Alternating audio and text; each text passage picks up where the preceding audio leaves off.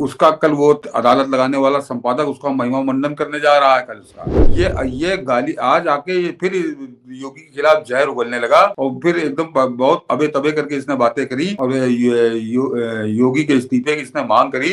परिषद के जो हमारे 13 अखाड़े हैं सनातन धर्म के, उस अखिल भारतीय अखाड़ा परिषद के राष्ट्रीय अध्यक्ष हैं, अखिल भारतीय अध्यक्ष हैं, ये अखिल भारतीय अध्यक्ष। और आज इसने एक अफवाह भी फैलाई, इसको भी बताता हूँ। और उसके बाद उत्तराखंड की सरकार एकदम शांत, तो कल को कह दोगे धार्मिक मामला नहीं है ये। सर हम लोग लगातार, खास करके आप तो एकदम से मुखर रहे हैं कांग्रेसाचार्य को लेकर के। इसे शंकराचार्य क्यों कहा जा रहा है? आपने धामी सरकार के पे निवेदन भी लगातार किया, मुझे लग रहा है कि उन तक बात पहुंचेगी, इसके गिरेबान पकड़े जाएं। ये आवरण ओढ़ करके सही मायने में कालनेमी है। मतलब सोचिए कि आप हैं शंकराचार्य और आप सीधे राजनीति में कूद रहे हैं, योगी आदित्यनाथ से इस्तीफा मांगकर। और देखिए ट्रेंड कराया जा रहा है, मैं देख रहा था ट्विटर पे ट्रेंड कर रहा है, योगी आदित्यनाथ इस्तीफा दो। 2017 से जब से वो उत्तर प्रदेश के मुख्यमंत्री बने हैं, वो ये कल्पना नहीं कर सकता इस कांग्रेसाचार्य ने, मतलब सोचिए ये शंकराचार्य की पदवी फर्जी रूप से लेकर के भी ये पॉलिटिकल खेल खेल रहा है। और आप कल 2 वीडियो में हम लोगों ने बताने की कोशिश की कैसे इसको कान कमेठी दी जा रही है और इससे उगलवाया जा रहा है। ये एकदम से भारत का मजाक बना दिया।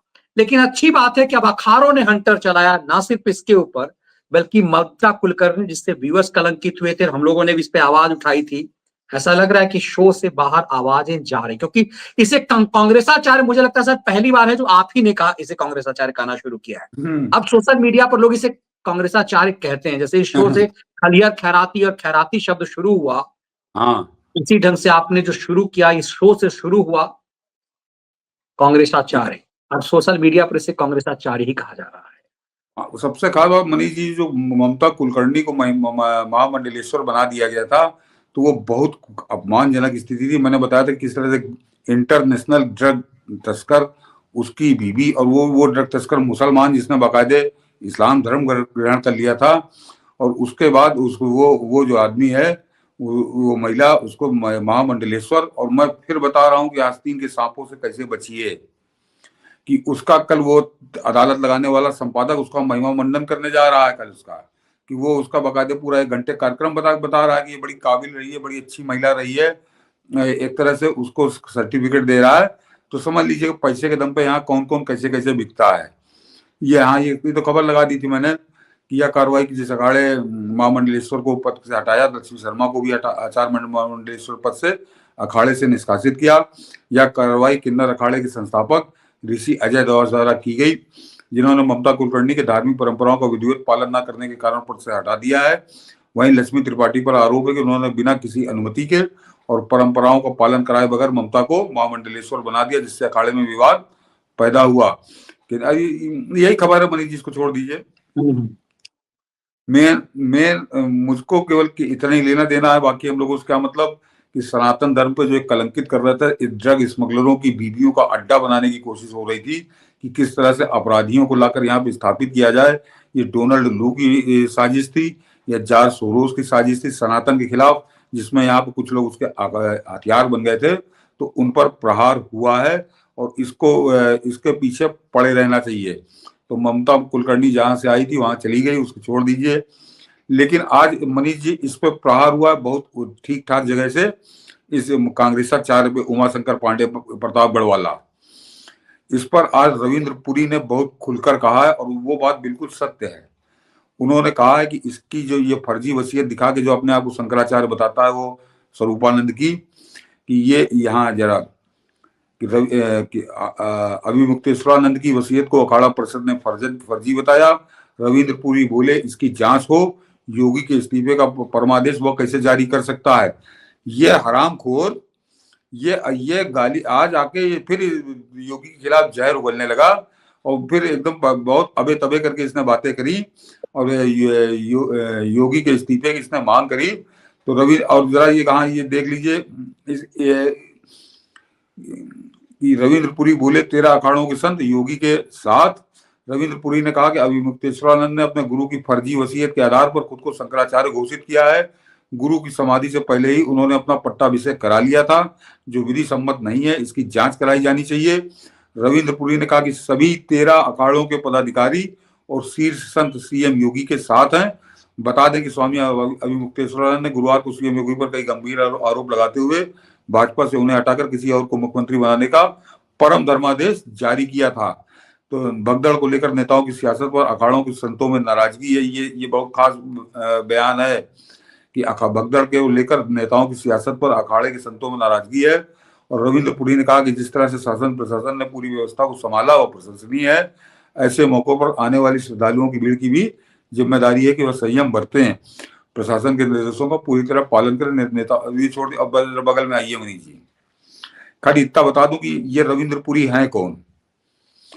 दर्शक इसको ये जरा जान लीजिए कि ये इसकी तरह चमकते दमकते नहीं है, कैमरों पे आके नहीं मटकते हैं। नहीं मनीष जी, तो बगल वाला इसको फिर आते हैं हम लोग कि इस पे उसी के बगल में जो दूसरी, हाँ इसी के साथ खबर लगी हुई है, ये जरा दिखा दीजिए। ऊपर छोड़ दी, नीचे आइए। ये तो इसके इस्तीफे की जांच को उन्होंने कर दिया। ये अब मैं बता देता हाँ कि ये अखिल भारतीय अखाड़ा परिषद के जो हमारे 13 अखाड़े हैं सनातन धर्म के, उस अखिल भारतीय अखाड़ा परिषद के राष्ट्रीय अध्यक्ष हैं, अखिल भारतीय अध्यक्ष हैं, ये अखिल भारतीय अध्यक्ष। और ये मनसा देवी जो शक्तिपीठ है, उस मनसा देवी मंदिर के ये एक तरह से वहां पे अध्यक्ष हैं। उस पूरे मंदिर के जो ट्रस्ट है उसके भी ये अध्यक्ष हैं। ये बगल में है जो रविंद्रपुरी। और इस फर्जीवाड़े के जालसाज ठग को उन्होंने आज आईना दिखाया है और उन्होंने बहुत खुलकर कहा कि इसकी वसीयत फर्जी है और इसको जो है इसकी जांच हो। लेकिन जांच तो मनीष जी उत्तराखंड में बैठा है, तो उत्तराखंड की सरकार करेगी, देखें क्या करती है। और ये जो अब आता हूं मनीष जी की जो कुछ आज रविंद्रपुरी ने कहा, ये जरा खबर पढ़ लीजिए कि सुप्रीम कोर्ट ने ज्योतिष पीठ के शंकराचार्य पद पर स्वामी मुक्तेश्वरानंद सरस्वती की ताजपोशी पर रोक लगा दी। मैं कल भी बता चुका हूं कि ये 2.5 साल से बैठा है विधवा बना। इसको हाई कोर्ट ने इसको फर्जी बता के शीर्ष अदालत ने एक आवेदन पर सुनवाई कर रही थी, जिसमें आरोप लगाया गया था कि स्वामी अभिमुक्तेश्वरानंद ने झूठा दावा करके यह किया है कि दिवंगत शंकराचार्य स्वामी स्वरूपानंद सरस्वती ने उन्हें ज्योतिष पीठ का उत्तराधिकारी शंकराचार्य नियुक्त किया है। और जरा ये पीटीआई की खबर है 15 अक्टूबर 2022 कि सुप्रीम कोर्ट ने उत्तराखंड में ज्योतिष पीठ के नए शंकराचार्य के रूप में स्वामी अभिमुक्तेश्वरानंद सरकार की ताजपोशी पर रोक लगा दी है। न्यायमूर्ति BR गवई और न्यायमूर्ति BV नागरत्ना की पीठ ने यह आदेश तब पारित किया जब सॉलिसिटर जनरल, जरा गौर करिएगा खबर, कि जब सॉलिसिटर जनरल तुषार मेहता ने पीठ को सूचित किया कि पुरी में गोवर्धन मठ के शंकराचार्य ने एक हलफनामा दायर किया है कि ज्योतिष पीठ के नए शंकराचार्य के रूप में अभिमुक्तेश्वरानंद की नियुक्ति का समर्थन नहीं किया गया है। तो ये सुप्रीम कोर्ट के अंदर सुप्रीम इसको लात लगा के भगा चुका है, खदेड़ चुका है और इसके पास कोई कागज पत्तर नहीं है। CAA वाले मुसलमानों का साथी है कि हम कागज नहीं दिखाएंगे, तो कागज नहीं दिखाएंगे तो इसको आज तक सुप्रीम कोर्ट से राहत नहीं मिली है। ये बद्रिका आश्रम का शंकराचार्य नहीं है, ये फर्जी आदमी है, ठग आदमी है। ये वहां पर उत्तराखंड की सरकार को ठेंगे पे रख के, अपने जूते की नोक पे रख के ये बद्रिका आश्रम पे कब्जा किया है। और उत्तराखंड की सरकार पता नहीं क्यों इससे थर थर कांप रही है। हमारे जो हिंदुओं का एक केंद्र है उस बद्रिका आश्रम, उसको इससे छुटकारा नहीं दिलवा रही। तो पुष्कर सिंह धामी की इसके साथ क्या सेटिंग है, ये भी आकर जनता को जरा बताएं वो। तो ये सुप्रीम कोर्ट का निर्णय, हमारे सनातन धर्म के 13 अखाड़ों का निर्णय, और उसके बाद उत्तराखंड की सरकार इसके चरणों में क्यों लेटी है। वो आदमी यहाँ पे योगी आदित्यनाथ को भर भर गाली दे रहा है, उनको हटाने की बात कर रहा है, उनका इस्तीफा मांग रहा है, झूठी बात बोल रहा है। और आज इसने एक अफवाह भी फैलाई, इसको भी बताता हूँ। और उसके बाद उत्तराखंड की सरकार एकदम शांत। तो कल को कह दो धार्मिक मामला नहीं है, ये मामला सीधे सीधे उसका है, दीवानी के मामला, राजस्व का मामला है और सुप्रीम कोर्ट से नकारा जा चुका, खदेड़ा जा चुका है। उसके बाद ये आदमी कैसे बैठा है। और इसको वो जो बैठा है वो बंबई में मोटा भाई अंबानी, उसको शर्म आएगी। इसको शंकराचार्य के अपने लौंडे की शादी में नचवा रहा था और ये आज ये नाटक कर रहा था कि मुझसे, क्योंकि योगी ने छुपा दिया मुझको मौत। मनीष जी, वहां पर 10 करोड़ लोग शाम तक नहाए हैं और योगी आके सवेरे सवेरे बता देते कि यहाँ इतने लोग मर गए, तो बाकी कम से कम 300 लोग और मरते। इस मूर्ख को ये इस बात पे गाली बक रहा था योगी को कि योगी ने बताया क्यों नहीं कि लोग मर गए। अरे जो योगी ने जब चीजें कंट्रोल में आ गई, सारी चीजें लग गई, तब उन्होंने मृतकों की संख्या बताई है। और ये कोई पहली बार नहीं हुआ है। याद करिए जब प्रधानमंत्री मोदी पटना के गांधी मैदान में रैली कर रहे थे, 7 आदमी मर गए थे उस रैली के मैदान में बम विस्फोट से। लेकिन प्रधानमंत्री मोदी अपना भाषण पूरा करके हटे थे, और उसका कारण उन्होंने बाद में बताया था। उन्होंने कहा था कि अगर मैं भाषण बीच में छोड़कर भागने की कोशिश करता तो पूरे मैदान में भगदड़ मच जाती और बहुत अफरा तफरी का माहौल होता, क्योंकि प्रधानमंत्री मोदी मंच पे खड़े अपना भाषण देते रहे थे। इसकी वजह से जनता का विश्वास बना रहा कि ऐसी कोई खतरनाक बात नहीं है, और तब तक पुलिस ने अपनी व्यवस्था कर दी थी।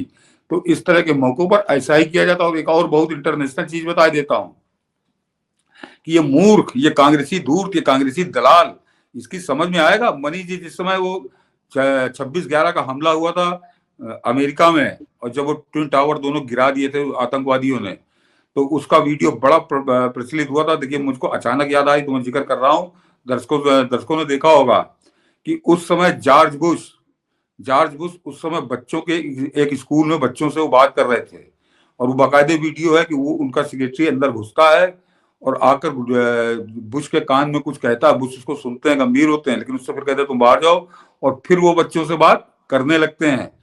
4 मिनट बाद वो कुछ मिनट बाद वो फिर वो अंदर आता है, वो सेक्रेटरी फिर कुछ कहता है, यानी वो बताता है कि दूसरा टावर भी गिर गया। और बुश उसके बाद भी बिल्कुल नॉर्मल बने रहते हैं, कहते तुम बाहर जाओ, और उन बच्चों से बात करते रहते हैं। 10 मिनट बात करने के बाद वो बाहर निकलते हैं। तो वो क्या, वो ऐसा थोड़ी कि बुश को कोई दर्द नहीं हो रहा था, या बुश कोई पागल आदमी था। बुश ये अच्छे से जान रहा था कि अगर मैंने पैनिक किया तो पूरा अमेरिका पैनिक हो जाएगा। तो वो एक उस बात की बुश की पूरे दुनिया ने तारीफ की थी कि ये पेशेंस उस समय दिखा। वो तो जो होना था वो हो चुका, उसको बदला वापस नहीं ला सकते, लेकिन आगे इससे कोई बड़ा पैनिक क्रिएट हो तो उसको कैसे रोका जाए, इसको बुश ने एक दुनिया को दिखाया था कि ऐसे मौके पर कैसे संयम रखना चाहिए। और कल वही संयम कल हमारे मुख्यमंत्री योगी आदित्यनाथ ने दिखाया। वो भी आके सवेरे 6 बजे छाती पीटने लगते कि हाय मैं क्या करूं, तो इतने आदमी मर गए, कैसा होगा, क्या होगा। तो होता तो कुछ नहीं, लेकिन कई 100 आदमी और मर जाते, कई हजार आदमी मर जाते। और ये बैठा कांग्रेसी दलाल यही मना रहा था कि कैसे यहाँ पे ज्यादा लोग मरे। तो ये गिद्ध की तरह मंडरा रहा था। और इसका जो कुकर्म समझिए नहीं, उसे मैं कि जोड़ दूं, आगे आप बताइएगा कि ट्विन टावर जो अटैक हुआ उसके बाद की कोई तस्वीर नहीं है दुनिया के पास। सोचिए, उस समय उसके पास तमाम सुविधाएं रही होंगी। यदि वो उसकी रिकॉर्डिंग हो रही है कि ट्विन टावर्स को गिराया जा रहा है, तो ये भी होगा कि मलबा जब गिरा तो कितने लोग मरे, क्या कुछ हुआ। कहीं कोई रिकॉर्ड नहीं आया, कहीं कोई रिकॉर्ड नहीं आया। और आज ये इस चीज पे नाच रहे हैं। और इतना ही नहीं सर, आज मैं देख रहा हूं सो कॉल राष्ट्रपति भी नैतिक होकर के, नहीं ये तो योगी को झूठ नहीं बोलना चाहिए, आंकड़े छुपाए जा रहे हैं तो सच बताया जाना चाहिए था, देर नहीं करना चाहिए था। नैतिकता का ये सब भी खेल शुरू हो चुका हुआ है। और हम लोग को कुछ कॉपीराइट की वजह से दिखा नहीं रहे। मैंने डाला है वीडियो, चाहे आप मेरे फेसबुक पे जाके देख लीजिएगा, चाहे ट्विटर पे देख लीजिएगा, इसलिए उसको हम लोग दिखा नहीं रहे हैं। अब वो कॉपीराइटों को भी ये मामला ऐसा है कि खैराती पीछे पड़ जाएंगे, तो कोई उससे फायदा नहीं। लेकिन जरा इसके कुकर में गिना दूं कि आज ये एक और नया सिगूफा लेकर आया, और इस पर तो योगी आदित्यनाथ को इसके खिलाफ FIR करके इसको बंद करना चाहिए। अब तो अखाड़ों ने भी कह दिया, सुप्रीम कोर्ट 2.5 साल पहले कह चुका कि ये कोई कांग्रेसी अंग्रेज शंकराचार्य नहीं है कि ये कह रहा कि 58 आदमी मर गए थे, और सवेरे 5800 पड़े थे। और ये केजरीवाल वाले उसमें चला मनी जी, जैसे केजरीवाल कहता ना कि मुझको फलाना मिला था तो उसने बताया मुझको, तो कौन ऐसे एक पत्रकार आया था, उसने मुझसे बताया कि वहां 5800 पड़े हुए। कौन पत्रकार बता रहा था? 30 लोगों की मृत्यु हुई है, तो 25 चिन्हित हुए हैं, 5 चिन्हित नहीं हुए हैं। तो इसको 5800 कहां से नजर आ गए सवेरे सवेरे? तो ये आदमी सरासर झूठ बोल रहा था। ये केवल ये आगे खैरातियों को एक तरह से प्रसाद दे रहा था कि तुम आगे अब इसको बढ़ाओ। और मनीष जी, ये और रवीश कुमार, इन दोनों को जरा इनको समझिए आप कि ये दोनों एक ही साथ थे। और ये जो साजिश वाली बात है, वहां से पता चलता है कि साजिश कितनी गहरी थी, और ये साजिश ऊपर से थी। कि आज मनीष जी, पाड़ा रवीश कुमार ने अपना एक वीडियो डाला, और उस वीडियो में इसने भर भर गाली दैनिक जागरण अखबार को की। और उसी समय ABP न्यूज पे ये बोल रहा था कांग्रेसाचार। और ये भी केवल इसको गाली देने के लिए सिर्फ दैनिक जागरण ही मिला, जो हिंदुस्तान का नंबर 1 अखबार है और इनकी तरह झूठ नहीं फैलाता है। वो और आप शिकायत कर सकते हैं, लेकिन वो झूठी खबर कि मोदी के बारे में फैलावे वो नहीं फैलाता है। तो इन्होंने आज उसको टारगेट करके शुरू किया और कैसा फर्जीवाड़ा किया। वो पाड़ा वो पाड़ा 30 जनवरी का अखबार लेकर नचाने लगा कि देखिए इस पे जो है वो बहुत बढ़िया आलीशान कुंभ की फोटो थी और उसमें कि नहाया जनसागर, इस तरह कुछ हेडिंग थी दैनिक जागरण की। तो वो कह रहा था कि देखिए, और उसी जगह उसने दैनिक भास्कर की भी दिखाया कि दैनिक भास्कर ने 30 जनवरी को कि 30 लोगों की मृत्यु फलाना दिमाग, उसने मौत की खबर छापी थी। तो ये कह रहा था कि देखिए ये गोदी मीडिया है और ये असली मीडिया, भास्कर के तलुए चाट रहा था। मैंने मनीष जी, हाँ वो बगल वाली, हाँ ये इसको दिखाइएगा नहीं, दर्शक देख लेंगे इसको, इसका मैंने पूरा वीडियो डाल दिया है। जरा बगल वाली कटिंग दिखा दीजिए मनीष जी। ये अब दर्शक समझेंगे ये कैसे झूठ बोलते हैं, क्योंकि मेरे यहाँ दैनिक जागरण आता है संयोग से।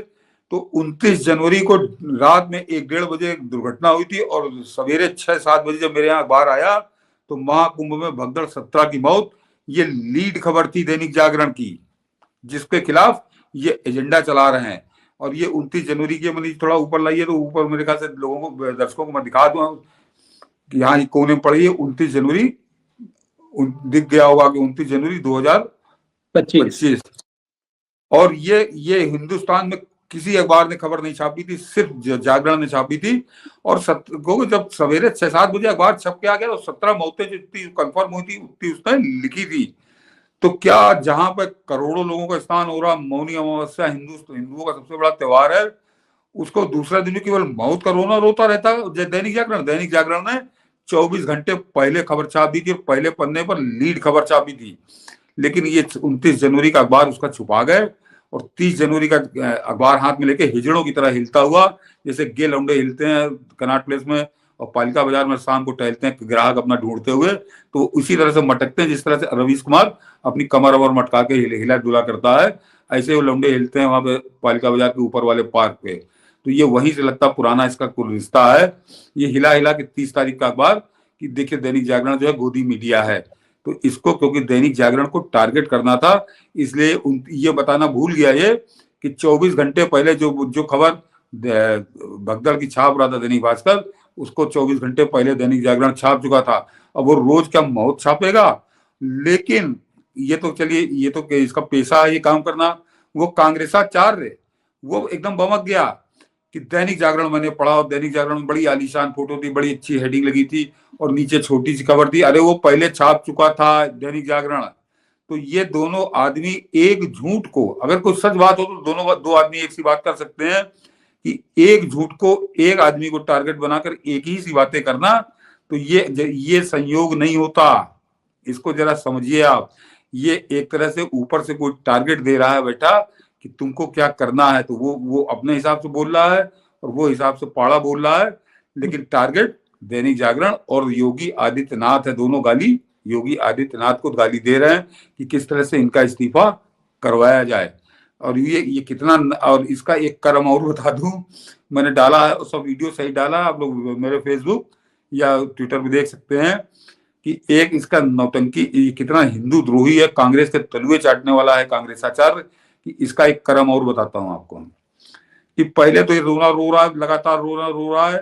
ये बता रहा है कि राम मंदिर से भाजपा का कोई लेने देना नहीं, राम मंदिर तो कोर्ट के आदेश से बन रहा है, भाजपा तो कोर्ट की लड़ाई के खिलाफ थी। ये पागल है, सीढ़ी है कि इसको ले जाकर आगरा के पागल खाने में इसके दिमाग में इसके झटके लगवाए जाए कि इसको मालूम है कि निचली लोअर कोर्ट से लेकर हाई कोर्ट तक राम मंदिर का मुकदमा केंद्रीय मंत्री रविशंकर प्रसाद लड़ रहे थे।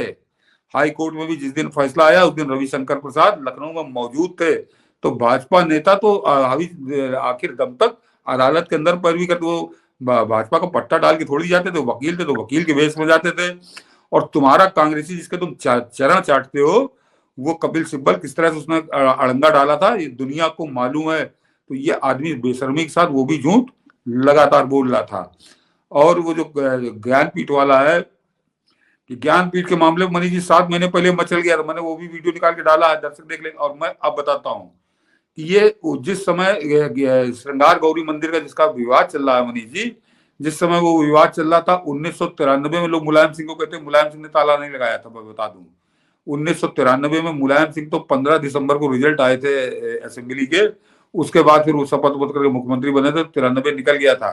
93 में जब श्रृंगार गौरी पे ताला लगा, उस समय उत्तर प्रदेश में राष्ट्रपति शासन था, और राष्ट्रपति शासन का मतलब कांग्रेस का शासन था, और उस समय श्रृंगार गौरी के ताला लगा था, उस पर पूजा पाठ बंद करा दिए गए थे।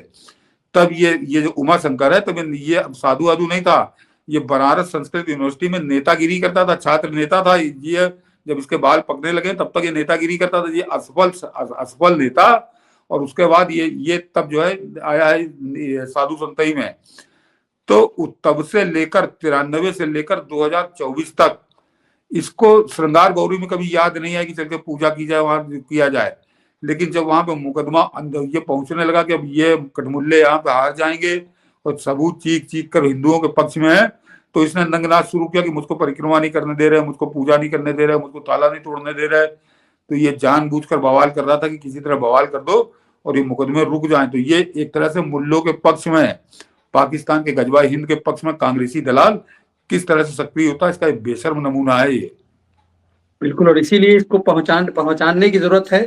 और क्यों इसने योगी आदित्यनाथ के लिए इस्तीफा की मांग की, इसको समझने की जरूरत है।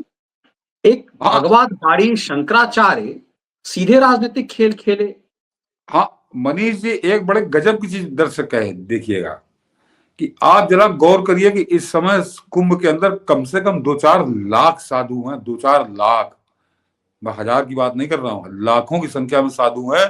और हजारों की संख्या में तो वो हैं जो कहीं इधर उधर से, जो 12 साल बाद जिनको मैंने कहा कि आते हैं अपने स्थान को छोड़कर। लेकिन उन लाखों साधुओं में से एक साधु खड़ा हुआ, जिस ये उमा शंकर पांडे, प्रतापगढ़ वाला कांग्रेसी दलाल, ये बता रहा है कि बड़ा सब आग लगी हुई है, सब बिल्कुल अव्यवस्था फैली हुई है और योगी आदित्यनाथ को इस्तीफा दे देना चाहिए। तो लाखों में एक है मनीष जी नमूना। और कोई तो साधु निकल के आता ऐसा कि जो कहता कि बड़ी अव्यवस्था है। तो जो 13 जनवरी से कुंभ चल रहा है मनीष जी, वो उनमें से कोई नहीं आया, ये अकेला आया है। और ये मैं बता दूं मनीष जी कि ये नौटंकी की नहीं है कि ये आज ये कर रहा है, ये कोई ऐसा नहीं कि भगदड़ से बड़ा प्रेरित है। हम लोग 2 दिन पहले बाकायदे इसका स्टेटमेंट आपको दिखा चुके हैं। ये यही कसम खा के आया है कुंभ में, योगी आदित्यनाथ को हम गद्दी से हटा देंगे 2027 में, योगी आदित्यनाथ को नहीं जीतने देंगे, उनको हराएंगे। तो ये इसको पता नहीं कौन सी इस गलतफहमी में जी रहा है। तो ये तो 2 दिन पहले अपने जहर अपने मन का ये बता चुका था, और उसके बाद ये मौका पा गया तो नाचने लगा कपड़े उतार के। तो ऐसे लोगों को जरा सावधान रहिए इनसे। बिल्कुल, और चूंकि अब ये मौसम बदल चुका है इस देश का, ये स्कल टोपी इफ्तार पार्टी से वोटिंग होती, तब इन सबको ये जो anti Indian, anti Hindu, anti Sanatan, Sanatan द्रोही है, उनको लगता है कि अब कोई भगवा में से कोई एक ऐसा चेहरा हमें चाहिए जिससे हम भगवा दिखा करके एक नई साजिश कर सकें। इसी के लिए इस उमाशंकर उर्फ कांग्रेसाचार्य का इस्तेमाल हो रहा है। जी, ये भी इसका टोपी वाला है, ये भी इसका टोपी वाला पक्का। बिल्कुल, इसीलिए व्यूअर्स को इसकी गंभीरता को समझने की जरूरत है। अच्छी बात यह है कि अब इस सब पे भी हंटर चलना शुरू हुआ है। सुप्रीम कोर्ट के ये आदेश दिखाए जाने की जरूरत है। आप तो लगातार इसे कहते रहे कि सुप्रीम कोर्ट के आदेश से याद दिलाते रहे हैं कि कैसे शंकराचार्य का आवरण ओढ़ करके इसने ये कलंकित कर रहा है, दरअसल पीड़ा देने वाला है ये, मतलब इसलिए नहीं है, ये पीड़ा देने वाला है कि व्यक्ति शंकराचार्य का आवरण ओढ़ करके ऐसा घटिया खेल खेल रहा है और हमें बोलना पड़ रहा है उस शंकराचार्य जैसे गरिमामयी पद को लेकर के। तो जरूरत इस बात को है कि एक अवैध व्यक्ति जो जिसे सुप्रीम कोर्ट ने भी अवैध माना है, सरकार को भी इस पर हस्तक्षेप करने की जरूरत है। सुप्रीम कोर्ट ने अवैध माना और हमारे जो सनातन धर्म के 13 अखाड़े हैं वो भी इसको अवैध मान रहे हैं। तो ये बना क्यों हुआ है? तो इसको सरकार मान रही है, शंकराचार्य सरकार के मानने से नहीं होगा। ना तो न्यायालय मान रहा है, ना धर्मशास्त्र मान रहे हैं। तो इस आदमी के कान पकड़ के इसको खदेड़ना चाहिए वो बद्रिकाश्रम से। अब ये उत्तराखंड सरकार की ड्यूटी है और वहां की जनता की ड्यूटी है। बद्रीनाथ में जो जनता है वो जूता लेकर खड़ी हो जाए इसके खिलाफ। ये ठग आपके ऊपर शासन कर रहा है, इस ठग से मुक्ति पाइए, भगवान बद्रीनाथ को मुक्त कराइए इसके शिकंजे से। तो इसे मुहिम बनाइए, इस वीडियो को ज्यादा से ज्यादा संख्या में साझा कीजिए। इस विश्लेषण को हम लोग यहीं विराम देते हैं। तो आप सबसे आग्रह होगा कि लाइक और शेयर का बटन दबाइए और ज्यादा से ज्यादा लोगों तक इस विश्लेषण को पहुंचाइए। बहुत बहुत धन्यवाद। जय हिंद, वंदे मातरम। वंदे मातरम।